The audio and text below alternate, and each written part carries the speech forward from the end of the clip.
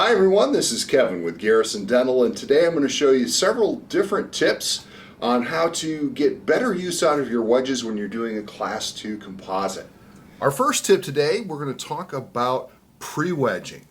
And so pre-wedging quite simply is the act of, before you even start to cut the prep to insert a wedge, that process, having a wedge in place while you're cutting the prep, does a couple of things for you. The first, of course, is it starts the tooth separating process. It will make placement of your matrix band much easier. It will protect the papilla and your rubber dam if you have one of those in place. It'll help provide a little bit of extra space in here to prevent you from nicking the adjacent tooth with the burr. And I think even more importantly, it's going to give you good visualization on what size wedge you need to be using when you're actually putting your matrix band and wedge and ring in place. So this is the only time that you can actually see how deep is my prep in relation to the wedge. Do I need a taller wedge, a shorter wedge, a fatter wedge? Do I need to modify the wedge shape in order to make it fit better? So pre-wedging is one of the most important tips that we can possibly pass along as it pertains to using a wedge when you're doing Class 2 composites. What I want to tell you right now is some simple modifications that you can make to make your wedges fit a little bit better in certain circumstances. So on your screen here, I've got a modified strategy wedge, and this is the original shape here. What I have prepped here on the Typodont is right in here. I've got a little bit of a root concavity. It might be a little challenging to see here on the screen, but there is just a bit of a root concavity on number 3 here, right down in the center. And by modifying the wedge a little bit, I can make it fit much better. So with the fatter part of the wedge here might actually interfere from the ability of the center of the wedge to close that concavity off, to hold that matrix band against the tooth. So if you notice that you have a root concavity, you can take just your rotary instrumentation. I just took a diamond burr and in about 3 seconds here just trimmed the sides a little bit and left a wider area in there so that when I insert the wedge, that wider area is going to sit right in there where that concavity is and give me a better seal on my matrix band. So less likely that I'm going to get an overhang, and certainly less likely that I'll get any curvicular fluid seepage or blood or anything that is going to cause an issue with my bonding. So absolutely modify the wedges to fit the particular circumstance that you're in. So what I want to show you right now is wedge selection, and by that I mean it is super helpful in your everyday practice if you have a variety of different wedges at your disposal so that you can better fit a particular circumstance. We've spoken already about pre-wedging. Pre-wedging will clue you in on whether or not your wedge is fitting properly.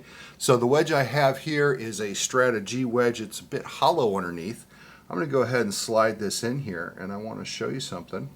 I'm going to flip this up on its side, and you can see that that wedge is seated very low interproximally, well below the floor of the box.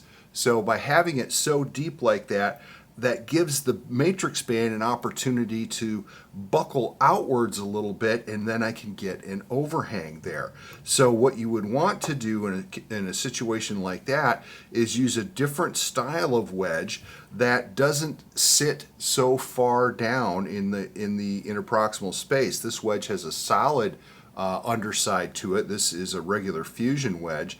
It's going to sit up higher in the interproximal space and give me a better seal at the bottom of the box. Now, if it's not high enough yet, not tall enough yet, and I'm thinking I'm still going to be well below the bottom of the box, I can take a taller wedge like this orange one here. This is a fusion wedge again. So if I take that taller wedge, and if I were to take a rotary instrument and just thin this up a little bit so it fit interproximally, I'd have a seal farther up my matrix band to, again, to help reduce the likelihood of getting an overhang.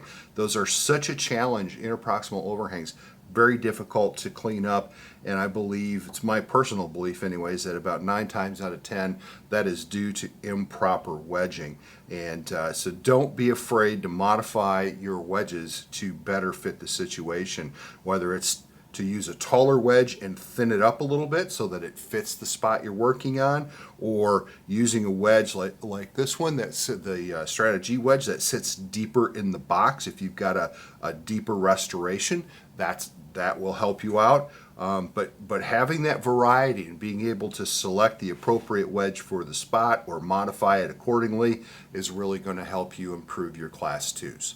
We're going to look at deeper restorations and what are some opportunities to improve your wedging when you're doing a Class 2 that's very close to the gingival margin. So if we look down in here, it's a little tricky to see with the lighting, I know, but the floor of this box is right at the same level as the interdental papilla. So if I'm going to insert a wedge to seal my matrix band against the tooth, I have to be very careful in this situation that I don't use a wedge that just dimples the matrix band over the top of the floor of the box. Now this might be a real challenge to see, but maybe in post-production we can zoom in a little bit on that.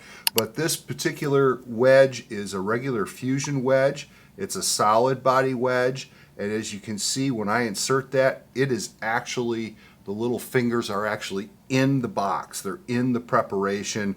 That would cause a matrix band to get dimpled in and give you, first of all, an imperfect seal, and secondarily, you're going to have a little ledge there from where the band was dimpled right at the floor of the box. Now, if I switch to a hollow body wedge, so this is a strategy wedge. You can see the underside is hollow. It allows these little edges, the little wings on the side, to sit down in there deeper, and now I can see that I'm below the floor of the box here, and that would give me a much better seal and not, again, dimple that matrix band right on the bottom. So, you know, having a variety of wedges, some hollow bodies, some solid, short ones, tall ones, to allow you to best fit that situation is going to help you out immensely. And one of the ways that you can easily tell how the wedge is going to fit is if you inserted that wedge before you cut the prep. We talked about pre-wedging before. That is a great way for you to tell before you put the matrix band in place and you've already known where your wedge fits. You'll know whether you need to switch to a hollow body wedge or make some other type of modification to have it fit better. This is a pretty simple one. We get this question a lot though. A lot of folks ask us, which direction should I be wedging from? Should I be wedging from the lingual or the buccal? And that is going to depend entirely on the restoration itself. This wider restoration that we see here, we have quite a wide area here on the lingual. That is the direction we're going to want to wedge from. We want to have the fattest part of the wedge in the widest embrasure to give us the best adaptation of the matrix band all along the gingival floor of the box. So this restoration, it's pretty clear cut of where you would want to insert that wedge. If we slide over to the other side of the type knot, this one is a little less important which direction you wedge from. It's a little bit wider on the lingual, so I would still come from the lingual on this one. The restoration just posterior to that here, the DO, that is fairly similar on both sides, so it wouldn't really matter which direction I wedged from, I'd be getting a similar result. Let's grab another example here. Same thing here on number 3 and 4. The embrasure is very similar on both sides. It really wouldn't matter. The wide prep on number 3 here is on the buckle, I would wedge that from the buckle. You want the purpose of that wedge, of course, is to help seal the gingival margin of the matrix band up against the tooth. So if you think about how you need to facilitate that, you want that fat part in the widest area to give you the best seal.